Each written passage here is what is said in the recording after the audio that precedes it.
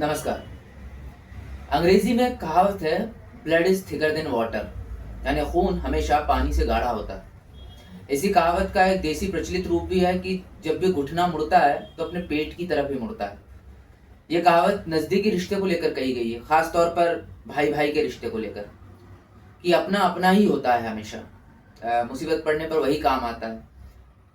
एक देसी कहावत भी प्रचलित है सामान्य तौर पर कि आपके अच्छे से अच्छे मित्र से भी आपका बुरे से बुरा भाई ज्यादा अच्छा है। हमेशा ऐसा नहीं होता है, कई बार कई मित्र भी भाई जैसे हो जाते हैं और वो भी बहुत ज्यादा सहायता करते हैं या बहुत करीबी हो जाते हैं, जैसे बिल्कुल भाई ही हो। लेकिन मोस्टली तो ऐसे ही देखा गया है। इसी पर एक कहानी है मुंशी प्रेमचंद की, वैर का अंत। तो चलिए शुरू करते हैं। रामेश्वराय अपने बड़े भाई के शव को खाट से नीचे उतारते हुए छोटे भाई से बोला, तुम्हारे पास कुछ रुपए हो तो लाओ, दाह क्रिया की फिक्र करें, मैं तो बिल्कुल खाली हाथ हूं। छोटे भाई का नाम विश्वेश्वर राय था। वो एक जमींदार का कारिंदा था, आमदनी अच्छी थी। बोला, आधे रुपए मुझसे ले लो, आधे तुम निकालो। रामेश्वर राय ने कहा, मेरे पास रुपए नहीं है। विश्वेश्वर राय ने कहा, तो फिर इसके हिस्से का खेत रहन रख दो। रामेश्वर नाथ ने कहा कि तो जाओ कोई महाजन ठीक करो, देर न लगे। विश्वेश्वर राय ने अपने एक मित्र से कुछ रुपए उधार लिए। उस वक्त का काम चला। पीछे फिर कुछ रुपए लिए, खेत की लिखा पढ़ी कर दी। कुल 5 बीघे जमीन थी, 300 रुपए मिले। गांव के लोगों का अनुमान है कि क्रियाकर्म में मुश्किल से 100 रुपए उठे होंगे। पर विश्वेश्वर राय ने षोडशी के दिन 301 रुपए का लेखा भाई के सामने रख दिया। रामेश्वर राय ने चकित होकर पूछा, सब रुपए उठ गए? विश्वेश्वर राय ने कहा, क्या मैं इतना नीच हूं कि मरने के रुपए से भी कुछ उठा रखूंगा? किसको यह धन बचेगा? रामेश्वर राय ने कहा, नहीं नहीं, मैं तुम्हें बेईमान नहीं बनाता, खाली पूछता था। विश्वेश्वर राय ने कहा, कुछ शक हो तो जिस बनी से चीजें ली गई हैं उससे पूछ लो। साल भर के बाद एक दिन विश्वेश्वर राय ने भाई से कहा, रुपए हो तो लाओ, खेत छुड़ा ले। रामेश्वर राय ने कहा, मेरे पास रुपए कहां से आए? घर का हाल तुमसे छिपा थोड़ी है। विश्वेश्वर राय ने कहा, तो मैं बस सब रुपए देकर जमीन छुड़ा लेता हूँ। जब तुम्हारे पास रुपए हो तो आधा देकर अपनी आधी जमीन मुझसे ले लेना। रामेश्वर राय ने कहा, अच्छी बात है, छुड़ा लो। 30 साल गुजर गए। विश्वेश्वर राय जमीन को जोतता रहा, उसे खाद गोबर से खूब सजाया। उसने निश्चय कर लिया था कि अब यह जमीन न छोड़ूंगा। मेरा तो इस पर मौलवी हक हो गया है, अदालत से भी कोई नहीं ले सकता। रामेश्वर राय ने कई बार यत्न किया कि रुपए देकर अपना हिस्सा ले ले, पर 30 साल में वे कभी 150 रुपए जमा न कर सके। मगर अब रामेश्वर राय का बड़ा लड़का जोगेश्वर कुछ संभल गया था। वो गाड़ी लादने का काम करने लगा था और इस काम से उसे अच्छा नफा भी होता था। उसे अपने हिस्से की रात दिन चिंता लगी रहती थी। अंत में उसने रात दिन श्रम करके यथेष्ट धन बटोर लिया और एक दिन चाचा से बोला, काका अपने रुपए ले लीजिए, मैं अपना नाम चढ़वा लूं।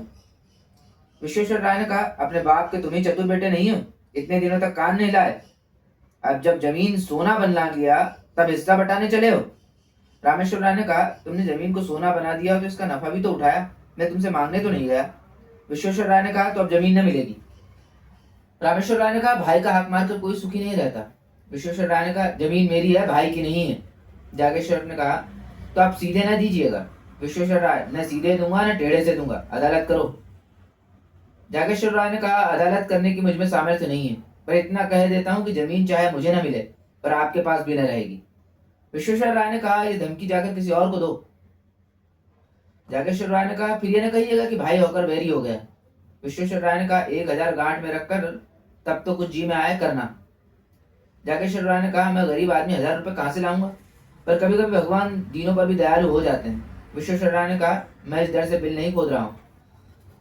रामेश्वर राय तो चुप ही रह गया, पर जागेश्वर इतना क्षमाशील न था। वकीलों से बातचीत की, वो अब आधी नहीं पूरी जमीन पर दांत लगाए हुए था। मृत सिद्धेश्वर राय की एक लड़की तपेश्वरी थी। अपने जीवन काल में वे उसका विवाह कर चुके थे। उसे कुछ मालूम ही न था कि बाप ने क्या छोड़ा और किससे लिया। क्रियाकर्म अच्छी तरह से हो गया, वो इसी में खुश थी। षोडशी में आई थी, फिर ससुराल चली गई। 30 वर्ष हो गए, न किसी ने बुलाया न वो मैके आई। ससुराल की दशा भी अच्छी न थी। पति का देहांत हो चुका था, लड़के भी अल्प वेतन पर नौकर थे। जागेश्वर ने अपनी फूफी को उभारना शुरू किया। वो उसी को मुद्दई बनाना चाहता था। तपेश्वरी ने कहा, बेटा मुझे भगवान ने जो दिया है उसी में मगन हूँ, मुझे जगह जमीन नहीं चाहिए, मेरे पास अदालत करने को धन नहीं है। जागेश्वर ने कहा, रुपए मैं लगाऊंगा, तुम खाली दावा कर दो। तपेश्वरी ने कहा, भैया तुम्हें लड़ाकर किसी का काम न रखेंगे। जागेश्वर ने कहा, ये नहीं देखा जाता कि वे जायदाद लेकर मजे उड़ावे और हम मुंह ताके। मैं अदालत का खर्च दे दूंगा, इस जमीन के पीछे बिक जाऊंगा पर उनका गला न छोड़ूंगा। तपेश्वरी ने कहा, अगर जमीन मिल भी गई तो तुम अपने रुपयों के एवज में ले लोगे, मेरा हाथ क्या लगेगा, मैं भाई से क्यों बुरी बनूं। जागेश्वर ने कहा, जमीन लाप ले लीजिएगा, मैं केवल चाचा साहब का घमंड तोड़ना चाहता हूँ। तपेश्वरी ने कहा, अच्छा जाओ, मेरी तरफ से दावा कर दो। जागेश्वर ने सोचा, जब चाचा साहब की मुट्ठी से जमीन निकल आएगी तब मैं 10-5 रुपए साल पर इनमें ले लूंगा। इन्हें अभी कौड़ी नहीं मिलेगी, जो कुछ मिलेगा उसी को बहुत समझेगी। दूसरे दिन दावा कर दिया। मुंसिफ के इजलास में मुकदमा पेश हुआ। विश्वेश्वर राय ने सिद्ध किया कि तपेश्वरी सिद्धेश्वरी की राज की कन्या ही नहीं है। गांव के आदमियों पर विश्वेश्वर का दबाव था। सब लोग उससे रुपए पैसे उधार ले जाते थे, मामले मुकदमे में उससे सलाह देते थे। सबने अदालत में बयान दिया कि हम लोगों ने कभी भी तपेश्वरी को नहीं देखा। सिद्धेश्वर ने कोई लड़की ही न थी। जागेश्वर ने बड़े बड़े वकीलों से पैरवी कराई, बहुत धन खर्च किया, लेकिन मुंसिफ ने उसके विरुद्ध फैसला सुनाया। बेचारा हताश हो गया। विश्वेश्वर की अदालत में सबसे जान पहचान थी। जागेश्वर को जिस काम के लिए मुट्ठी रुपए खर्च करने पड़ते थे उसे विश्वेश्वर मुरव्वत में करा लेता था। जागेश्वर ने अपील करने का निश्चय किया। रुपए न थे, गाड़ी बैल बेच डाले। अपील हुई, महीनों मुकदमा चला। बेचारा सुबह से शाम तक कचहरी के अमलों और वकीलों की खुशामद किया करता था। रुपए भी उड़ गए, महाजनों से ऋण लिया। अब की उसकी डिग्री हो गई, 500 का बहुत सिर पर हो गया था, पर अब जीत ने आंसू पोंछ दिए। विश्वेश्वर राय ने हाईकोर्ट में अपील की। जागेश्वर को अब कहीं से रुपए न मिले। विवश होकर अपने हिस्से की जमीन रेहन रखी। फिर घर बेचने की नौबत आई, यहाँ तक कि स्त्रियों के गहने भी बिक गए। अंत में हाईकोर्ट से भी उसकी जीत हो गई। आनंदोत्सव में बची खुची पूंजी भी निकल गई। 1000 पर पानी फिर गया। हाँ, संतोष यही था कि 5 बीघे मिल गए। तपेश्वरी क्या इतनी निर्दयी हो जाएगी कि थाली मेरे सामने से खींच लेगी। लेकिन खेतों पर अपना नाम चढ़ते ही तपेश्वरी की नीयत बदली। उसने एक दिन गांव में आकर पूछताछ की तो मालूम हुआ कि 5 बीघे 100 रुपए में फूट सकते हैं। लगान केवल 25 रुपए था, 75 रुपए साल का नफा था। इस रकम ने उसे विचलित कर दिया।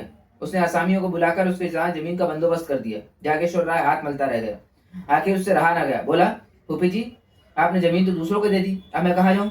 तपेश्वरी ने कहा, बेटा पहले अपने घर में दिया जलाकर तब मस्जिद में जलाते हैं। इतनी जगह मिल गई तो मैं कैसे नाता हो गया, नहीं तो कौन पूछता। जागेश्वर ने कहा, मैं तो उजड़ गया। तपेश्वरी ने कहा, जिस लगान पर और लोग लेते हैं उसमें 2-4 रुपए कम करके तुम ही क्यों नहीं ले लेते। जागेश्वरी ने कहा, मैं ऐसा समझता तो इस झगड़े में ही ना पड़ता। तपेश्वरी 2-4 दिन में विदा हो गई। रामेश्वर राय पर वज्रपात सा हो गया। बुढ़ापे में मजदूरी करनी पड़ी। मान मर्यादा से हाथ धोया, रोटियों के लाले पड़ गए। बाप बेटे दोनों में प्रातः काल से संध्या तक मजदूरी करते, तब कहीं आग जलती। दोनों में बहुधा तकरार हो जाती। रामेश्वर राय सारा अपराध बेटे के से लगता। जागेश्वर कहता, आपने मुझे रोका होता तो मैं क्यों इस विपत्ति में फंसता। उधर विश्वेश्वर राय ने महाजनों को उकसा दिया। साल भर भी न गुजरने पाए थे कि बेचारे निराधार हो गए। जमीन निकल गई, घर नीलाम हो गया, 10-20 पेड़ थे वे भी नीलाम हो गए। चौबे जी डूबे न बने दरिद्र हो गए। इस पर विश्वेश्वर राय के ताने और भी गजब ढाते। यह विपत्ति का सबसे नोकदार कांटा था, आतंक का सबसे निर्दय आघात था। 2 साल तक इस दुखी परिवार ने जितनी मुसीबतें झेली, यह उन्हीं का दिल जानता है। कभी पेट भर भोजन न मिला। हाँ, इतनी आन थी कि नीयत नहीं बदली। दरिद्रता ने सब कुछ किया पर आत्मा का पतन न कर सकी। कुल मर्यादा में आत्मरक्षा की बड़ी शक्ति होती। एक दिन संध्या समय दोनों आदमी बैठे आग ताप रहे थे कि सहसा एक आदमी ने आकर कहा, ठाकुर चलो, विश्वेश्वर राय तुम्हें बुलाते हैं।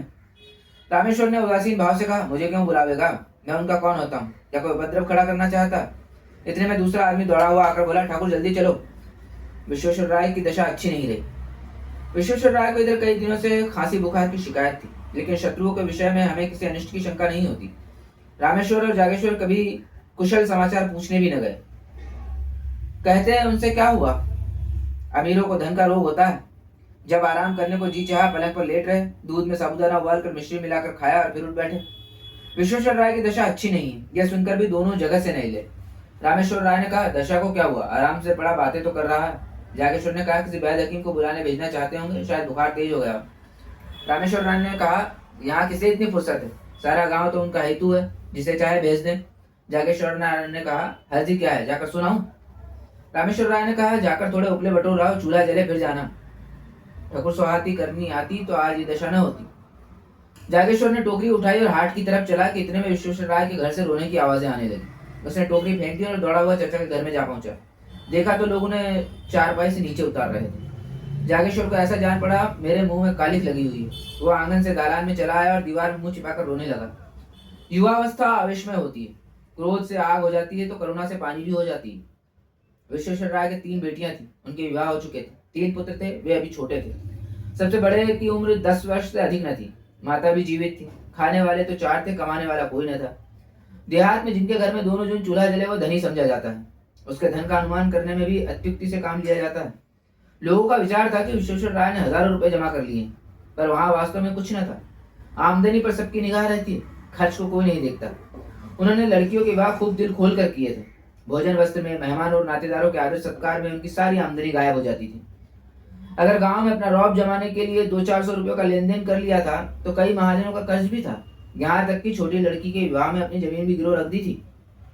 साल भर तक विधवा ने ज्यों त्यों करके बच्चों का भरण पोषण किया, गहने बेचकर काम चलाती रही। पर जब यह आधार भी न रहा तब कष्ट होने लगा। निश्चय किया कि तीनों लड़कों को तीनों कन्याओं के पास भेज दूं। रही अपनी जान, उसकी क्या चिंता। तीसरे दिन भी पावर आटा मिल जाएगा तो दिन कट जाएंगे। लड़कियों ने पहले तो भाइयों को प्रेम से रखा, किंतु 3 महीने से ज्यादा कोई नहीं रख सकी। उनके घर वाले चिढ़ते थे और अनाथों को मारते थे। लाचार हो माता ने लड़कों को बुला लिया। छोटे छोटे लड़के दिन दिन भर भूखे रह जाते। किसी को कुछ खाते देखते तो घर में जाकर माँ से मांगते, फिर माँ से मांगना छोड़ दिया। खाने वाले ही के सामने जाकर खड़े हो जाते और भूखे नेत्रों से देखते। कोई तो मुट्ठी भर चबेना निकाल कर दे देता, पर प्राय लोग दुत्कार देते थे। जाड़ों के दिन थे, खेतों में मटर की फलियां लगी हुई थी। एक दिन तीनों लड़के खेत में घुसकर मटर उखाड़ने लगे। किसान ने देख लिया, दयावान आदमी था। खुद एक बोझा मटर उखाड़ कर विश्वेश्वर राय के घर लाया और ठकुराइन से बोला, काकी लड़कों को डांट दो, किसी के खेत में न जाया कर। जागेश्वर राय उसी समय अपने द्वार पर बैठा चीलम पी रहा था। किसान को मटर लाते देखा। तीनों बालक पिल्लों की भांति पीछे पीछे दौड़े आते थे। उनकी आंखें सजल हो गई। घर में जाकर पिता से बोला, चाची के पास अब कुछ नहीं रहा, लड़के भूखों मर रहे हैं। रामेश्वर राय ने कहा, तुम त्रिया चरित्र नहीं समझते, यह सब दिखावा है। जन भर की कमाई कहाँ उड़ गई। जागेश्वर ने कहा, अपना काबू चलते हुए कोई लड़कों को भूखा नहीं मार सकता बाबूजी। रामेश्वर राय ने कहा, तुम क्या जानो, बड़ी चतुर औरत है। जागेश्वर राय ने कहा, लोग हम ही लोगों को हंसते होंगे। रामेश्वर राय ने कहा, हंसी की लाज है तो जाकर छां कर लो, खिलाओ पिलाओ, है दम। जागेश्वर राय ने कहा, न भरपेट खाएंगे, आधा ही पेट सही, बदनामी तो ना होगी। चाचा से लड़ाई थी, लड़कों ने हमारा क्या बिगाड़ा। रामेश्वर राय ने कहा, वो चुड़ैल तो अभी जीती है ना। जागेश्वर राय चला गया। उसके मन में कई बार ये बात आई थी कि चाची की कुछ सहायता किया करो, पर उनकी जली कटी बातों से डरता था। आज से उसने एक नया ढंग निकाला है। लड़कों को खेलते देखता तो बुला लेता, कुछ खाने को दे देता। मजदूरों को दोपहर की छुट्टी मिलती है, अब वो इस अवकाश के समय काम करके मजदूरी के पैसे कुछ ज्यादा पा जाता। घर चलते समय खाने की कोई न कोई चीज लेता जाता और अपने घर वालों की आंख बचाकर उन अनाथों को दे देता था। धीरे धीरे लड़के उससे इतने हिल मिल गए कि उसे देखते ही भैया भैया कहकर दौड़ते। दिन भर उसकी राह देखा करते थे। पहले माता डरती थी कि कहीं मेरे लड़कों को बहला कर ये महाशय पुरानी अदावत तो नहीं निकालना चाहते। वो लड़कों को जागेश्वर के पास जाने और उससे कुछ लेकर खाने से रोकती, पर लड़के शत्रु और मित्र को बूढ़ों से ज्यादा पहचानते हैं। लड़के माँ के मना करने की परवाह न करते। यहाँ तक कि शने शने माता को भी जागेश्वर की सहायता पर विश्वास आ गया। एक दिन रामेश्वर राय ने बेटे से कहा, तुम्हारे पास रुपए बढ़ गए हैं तो 4 पैसे जमा करो, हैं लुटाते क्यों। जागेश्वर राय ने कहा, मैं तो एक एक कोड़ी की किफायत करता हूँ। रामेश्वर राय ने कहा, जिन्हें अपना समझ रहे हो एक दिन तुम्हारे शत्रु होंगे। जागेश्वर राय ने कहा, आदमी का धर्म भी तो कोई चीज है, पुराने वैर पर एक परिवार को भेंट नहीं कर सकता। मेरा बिगड़ता ही क्या है, यही ना, रोज घंटे 2 घंटे और मेहनत करनी पड़ती है। रामेश्वर ने मुंह फेर दिया। जागेश्वर घर में गया तो उसकी स्त्री ने कहा, अपने मन की ही करते रहो, चाहे कोई कितना ही समझाए, पहले घर में आदमी दिया जलाता है। जागेश्वर राय ने कहा, लेकिन ये भी तो उचित नहीं कि अपने घर में दिया की जगह मोमबत्ती जलाएं और मस्जिद को अंधेरा ही छोड़ दें। स्त्री ने कहा, मैं तो तुम्हारे साथ क्या पड़ी, मानो कुएं में गिर पड़ी। कौन सुख देते हो, गहने उतार लिए, सांस भी नहीं लेने देते। जागेश्वर ने कहा, मुझे तुम्हारे गहनों से भाइयों की जान ज्यादा प्यारी है। स्त्री ने मुंह फेर लिया और बोली, बैरी की संतान कभी अपनी नहीं होती है। जागेश्वर ने बाहर जाते हुए उत्तर दिया, बैर का अंत बैरी के जीवन के साथ ही हो जाता है।